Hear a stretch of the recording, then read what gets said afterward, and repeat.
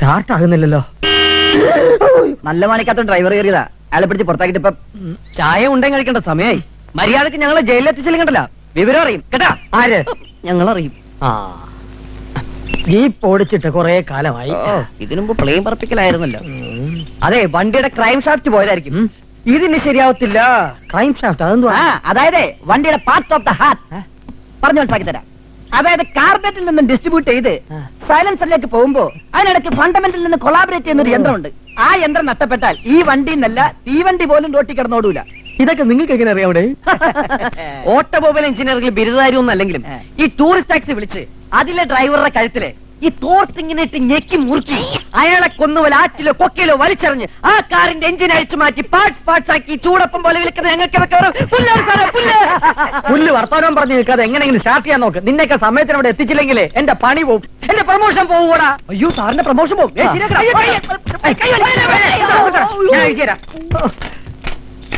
ഇതാ പറയുന്നത്, ഗതി കെട്ടാ പോലീസും പുല്ല് തിന്നുവന്ന് ഇട്ടവൻ തന്നെ അഴിക്കുന്നു.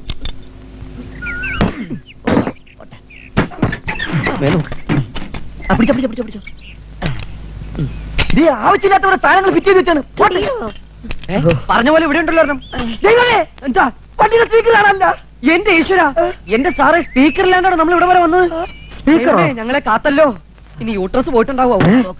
തലകത്തിട്ട് നമുക്കൊന്ന് തള്ളി നോക്കാം.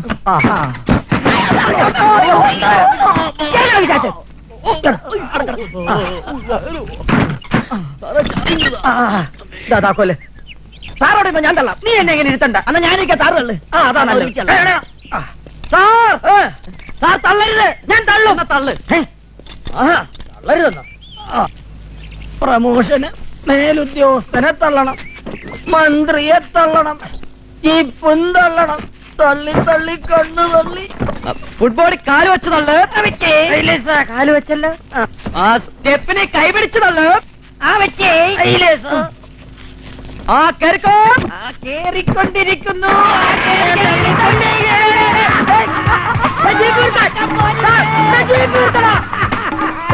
അയ്യോ അയ്യോ, എന്റെ promotion. What nonsense you are talking? നാണമില്ലല്ലോ തനിക്കൊക്കെ പോലീസ് എന്ന് പറഞ്ഞ് നടക്കാൻ. ലാത്തിയും പോയി, തൊപ്പിയും പോയി, കൈ കിട്ടിയ പ്രതിയും പോയി, അസല് ജീപ്പും പോയി. സർ, ഓരോ ഫൂളിഷ്നസ് കാണിച്ചു വന്ന് നിൽക്കും. 36 കൊല്ലമായോട് താൻ ഈ ക്ഷൗരം തുടങ്ങിയിട്ട് തന്നെ പോലെ എപിമാരെ ഡിപ്പാർട്ട്മെന്റിൽ വെച്ചോണ്ടിരിക്കുന്ന എന്നെ വേണം ചവിട്ടാൻ. ഞാനത് ചെയ്യില്ല സർ, വേറെ ആരെങ്കിലും വെച്ച്. സാർ, ഒരു ബറ്റാലിയൻ സായുധ പോലീസിനെ തന്നാൽ 23 അവേഴ്സിനകം ആ 2 തണ്ടുകളെയും തൊണ്ടി സഹിതം ഈ രുദ്രംപിള്ള കസ്റ്റഡിയിൽ എടുക്കും സാർ. തനിക്ക് ഒരു ബറ്റാലിയൻ പോലീസ് മാത്രമല്ല ആഭ്യന്തര വകുപ്പ് തനിക്ക് തീർച്ചയായി തരാം. വളരെ സന്തോഷം സാർ. ഇറങ്ങി പോടോ.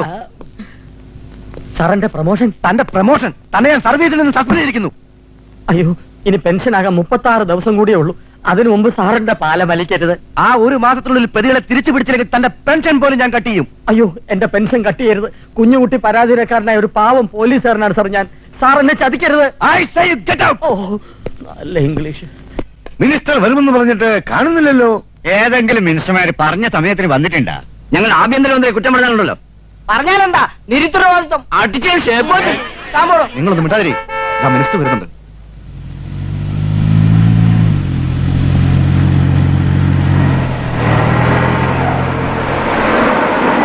നമസ്കാരം. നമസ്കാരം. ഞങ്ങൾ പാർട്ടി ഓഫീസോ? ഇവിടെ മാതിരി ഇടപാടൊന്നും വേണ്ട. നമ്മൾ കുറച്ച് ദിവസം റെസ്റ്റ് എടുക്കാൻ വെച്ചിട്ട് അവിടെ വന്നതല്ലേ. വരൂ സർ. സാർ വേണം.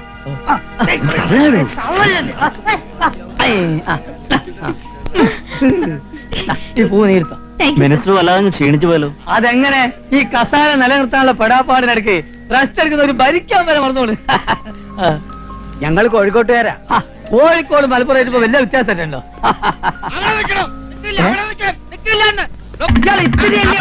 ഒത്തിരി ഉള്ളവരായിട്ട് ഓടിക്കുന്ന എന്നെ വെറുതെ ഓടിക്കരുത്.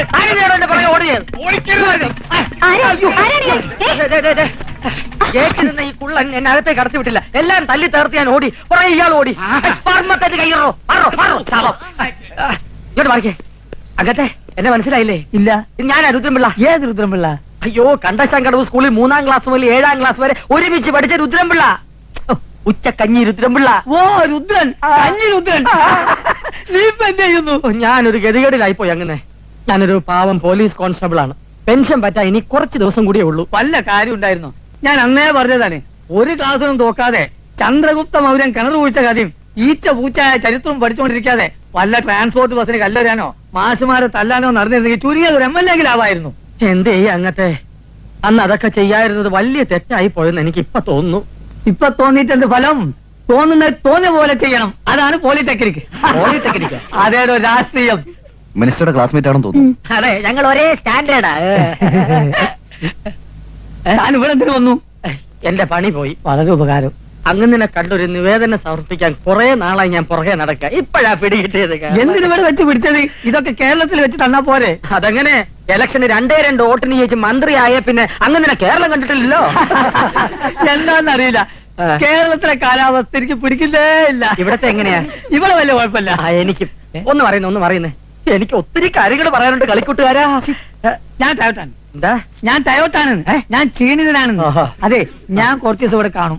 ഇയാൾക്കൊരു മുറി കൊടുക്കും ഇവിടെ. ശരി സാർ. അതെ, എനിക്ക് ഒത്തിരി കാര്യങ്ങൾ ഒഫീഷ്യലായിട്ട് പറയാനുണ്ട്. അതെ, ഓഫീസിൽ പോയിട്ട് നമുക്ക് പിന്നെ പറയാം. എനിക്ക് ഡൽഹിക്ക് അടിയന്തരമായിട്ട് ബന്ധപ്പെടുന്നുണ്ട്. ഓടാണ് എന്റെ മുറി. വരൂ സാർ. എന്റെ മുറി ആ തരാം, വെയിറ്റ് ചെയ്യണം. മിനിസ്റ്റർ സ്വീകരിക്കാൻ നമ്മൾ ചെല്ലാത്തോണ്ട് ആർക്കെങ്കിലും സംശയം ഉണ്ടാവുമോ? സംശയം ഉണ്ടായാലും കുഴപ്പമില്ല.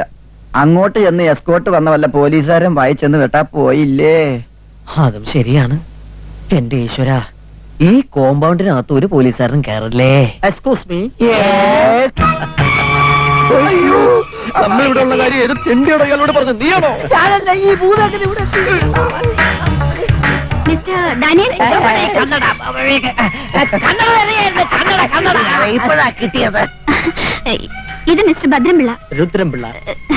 സോറി, രുദ്രംപിള്ള, പോലീസ് കോൺസ്റ്റബിളാ. അറിയാം. എങ്ങനെ അറിയാം? മുഖവും മീശയും കണ്ടാൽ അറിയാലോ സാർ ഒരു പോലീസുകാരനാണെന്ന്. 2 ദിവസത്തേക്ക് മിസ്റ്റർ രുദ്രംപിള്ള. ആ ഡാനിയലിന്റെ റൂമിലായിരിക്കും താമസിക്കുക. അയാള് സമ്മതിച്ചു. ഉം.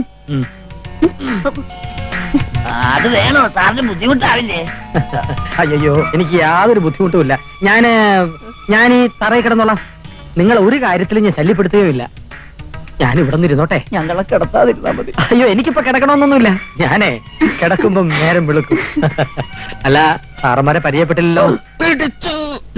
അച്ചു അല്ല, KP നായർ, സീ ഫുഡ് എക്സ്പോർട്ടറാ. ഞാൻ പാർട്ണറാ, ഡാനിയൽ MD. ഞങ്ങളുടെ ബിസിനസ് പ്രോബ്ലംസ് കാരണം ഒന്ന് റിലാക്സ് ചെയ്യാൻ വന്നതാ. എനിക്കങ്ങനെ ഒരു ഭാഗ്യമില്ല സാറേ. ഞാൻ കഷ്ടകാലം പിടിച്ച ഗതികെട്ട ഒരു പോലീസുകാരനാ. അതെന്താ മിസ്റ്റർ രുദ്രംപിള്ളേ? 2 കള്ള തിരുമാലികൾ കാരണം ഞാനിപ്പോ സസ്പെൻഷനില്ല. അവന്മാരെ തേടി ഇറങ്ങിയതാ ഞാൻ. ആ വേന്ദ്രന്മാരെ ഏത് രൂപത്തിൽ ഏത് ഭാവത്തിൽ എവിടെ വെച്ച് കണ്ടാലും ഞാൻ പിടിച്ചിരിക്കും. അവന്മാരെയും കൊണ്ട് രുദ്രംപിള്ള ഇവിടുന്ന് മടങ്ങൂ. സാഹചര്യം മൂലം അതിന്റെ സമ്മർദ്ദം കൊണ്ട് കള്ളന്മാരായി പോയ 2 ചെറുപ്പക്കാർ, അവർക്ക് മാപ്പ് കൊടുത്തുകൂടാ മിസ്റ്റർ രുദ്രംപിള്ള? മാപ്പ് കൊടുക്കണോ? അല്ല രുദ്രംപിള്ള മിസ്റ്റർ, ഇതിലും വരെ എത്ര കേസുകൾ ഈ പോലീസുകാർ പണം വാങ്ങി തേച്ചു വാങ്ങിച്ചു കളയുന്നു. അങ്ങനെ ഒരു പോലീസുകാരനല്ല ഞാൻ. എന്റെ പ്രൊമോഷൻ പോയി പോട്ടെ, ഇപ്പൊ ജോലിയും പോകും. എന്നെ പെരുവഴിയിലാക്കിയിട്ട് രക്ഷപ്പെട്ട അവന്മാരെ വെറുതെ വിടില്ല ഞാൻ. അപ്പോഴെങ്ങാനും അവന്മാരെ എന്റെ കയ്യിൽ കിട്ടിയാ ഞാൻ ഇത്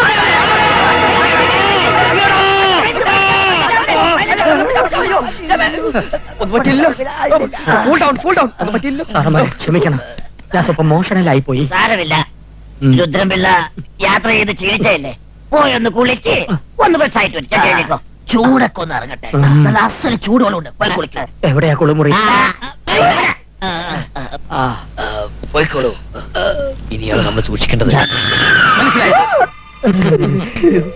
എനിക്ക് മനസ്സിലായി, ഞാൻ വകയ്ക്കൊള്ളാത്തൊരു പോലീസുകാരനാണെന്നും അവന്മാരെ പിടിക്കാൻ കെൽപ്പില്ലാത്തവനുമാണെന്നല്ലേ സാർമാർ രഹസ്യം പറഞ്ഞത്? I am a sincere man, police. No? പോയി കുളിച്ചോളൂ.